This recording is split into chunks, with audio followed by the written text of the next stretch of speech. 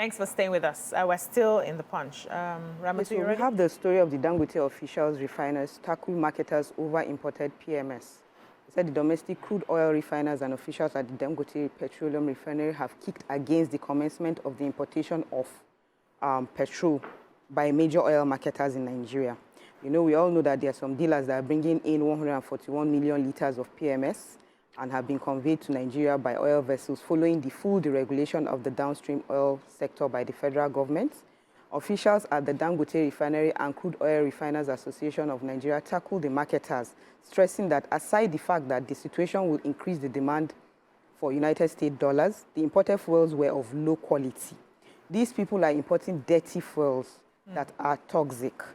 They are importing substandard fuel, and if allowed, they will not stop importing such. We have more than enough, but these guys don't want it. They want the game to continue, but the game will not continue. You have to be concerned about the quality of the products they import. These are toxic fuels. When you consider their blending process, all this is just to maximize profits. That's what they are saying. Wow. So he called for backward integration, and he said the fear is that marketers are having is that Dangote will become a monopoly. But he said that has been taken care of by Dangote subscribing to our association with the Petroleum Industry Act in place and all the agencies in play. There is no way that Dangote can become a monopoly.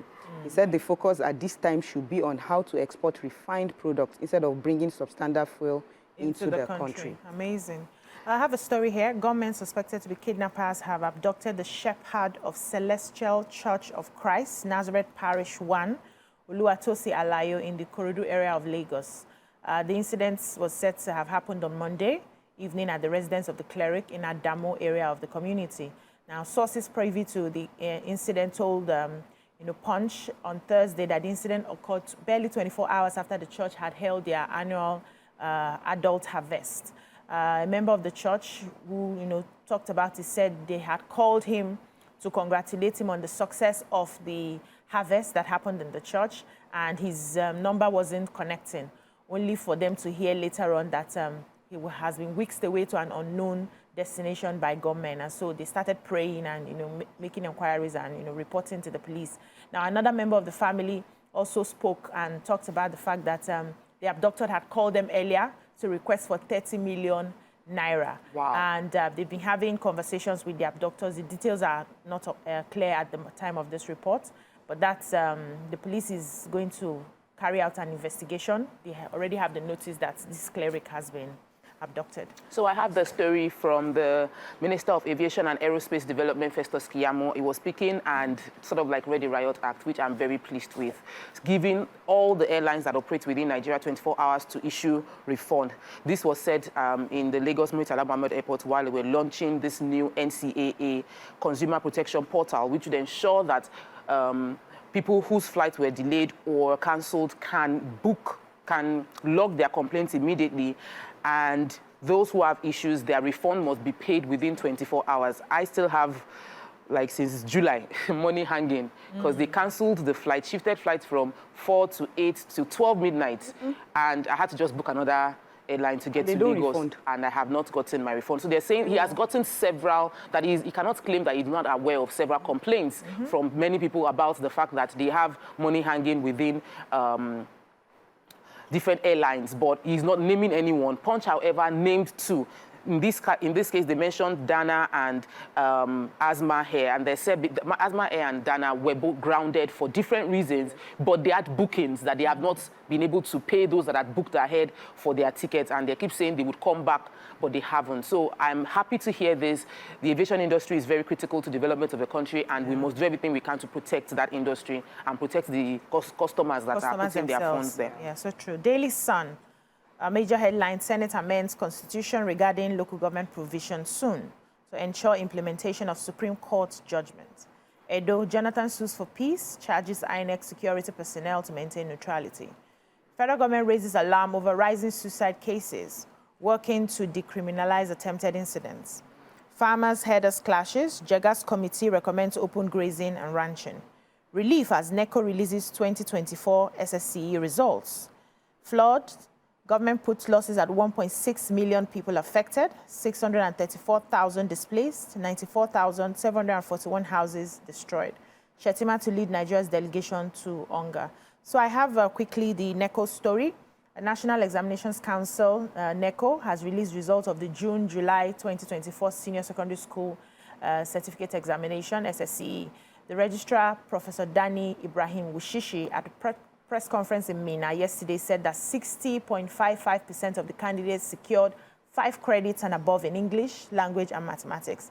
The number of the candidates that sat for the examination was 1,367,736. I wanted to say Naira.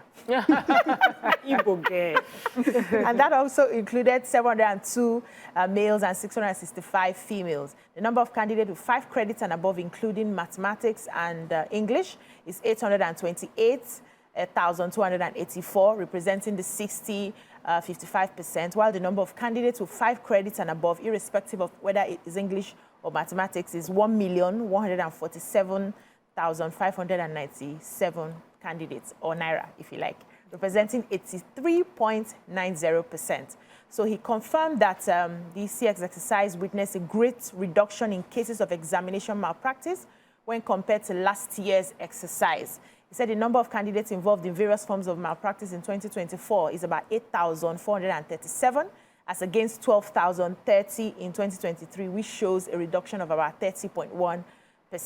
He said that's where your own story started, when you took the 40 schools that were found to have involved in mass cheating. You have handled that aspect of it.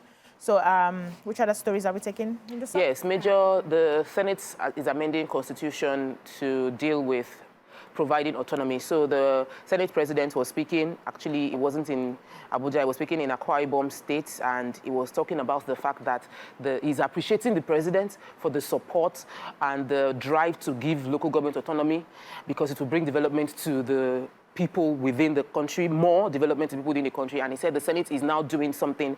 They're going to be doing a constitutional review, reviewing the 1999 Constitution to ensure that all the areas where there seem to be conflict, which has delayed the implementation of the Supreme Court order, will now be dealt with.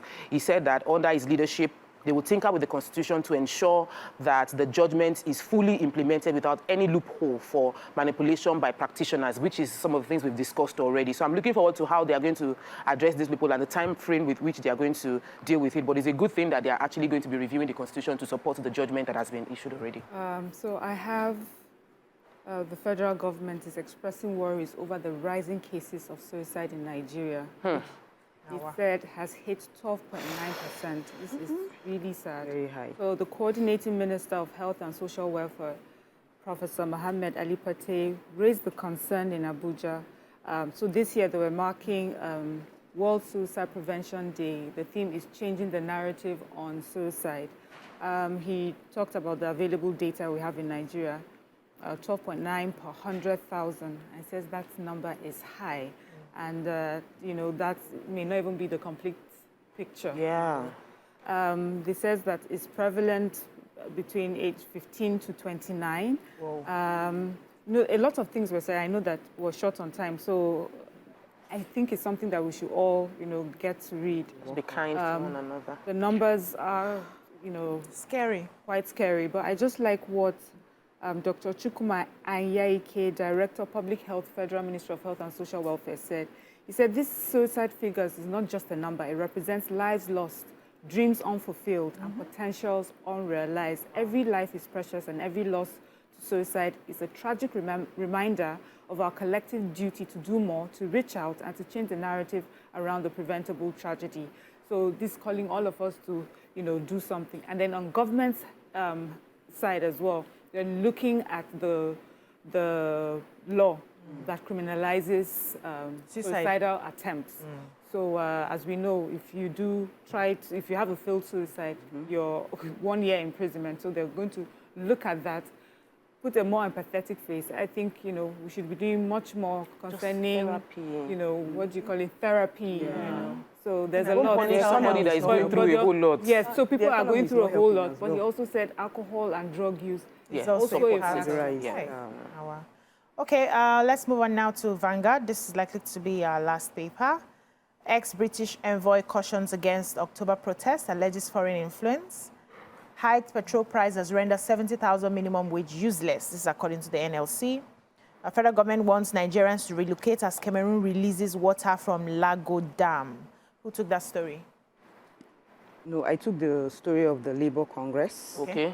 They said that the Nigerian Labour Congress said it will meet with the federal government on how workers could survive the recent hike in the pump price of petrol.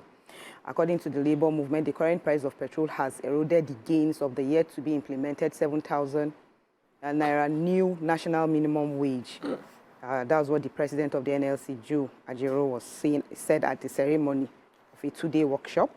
He said that the president deceived them into accepting the 70,000 minimum wage to forestall petrol price increase. He advised the government to address the excruciating hunger. I like the excruciating. Excruciating hunger, poverty, and frustration of Nigerians before things go out of hand, lamenting that Nigerians are really suffering. He said there is a tactic to distract our attention, to call us names, level allegations against us over cybercrime, financing terrorism, sponsoring terrorism, and the rest. Those things have paid off because while we were facing those allegations, this issue of pump price has remained.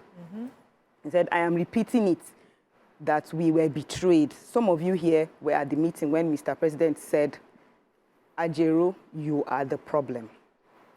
Since we said subsidy, the president said that since we said subsidy is gone, you don't want to allow us to increase again. If you allow me to increase, we'll pay you that 250,000 that was proposed by Ajero. Wow. Then he said, then the Ajero now said, let's take 1 week break, we'll come back. And then when they came back after that 1 week, after the 1 week, the Ajero now said that we will not allow the president, we can't allow you to increase to any length because that will affect all Nigerians and will be seen to be selfish. He said even the 250,000 will not be useful if you continue to increase pump price. So they said Mr. President equally offered to fund our trip to tour some West African countries where the list price of petrol is selling at 1,700. He even said in Cameroon they are selling 2,000 naira and that none of them has a refinery, but they are getting their products from Nigeria. Yeah. So I'm seeing that there's going to be a protest very soon. Yes, there's no time. There's also a warning concerning the protests that some persons have slated. That's the group Coalition of Concerned Nigerian Citizens had slated or threatened to protest again for the high cost of living in the country. And there's been a warning around that. All right, thank you, ladies. That's all we can take on the newspaper reviews today. When we come back, we move on to our top stories. Stay with us.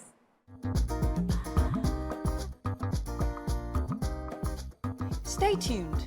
Your View will be right back.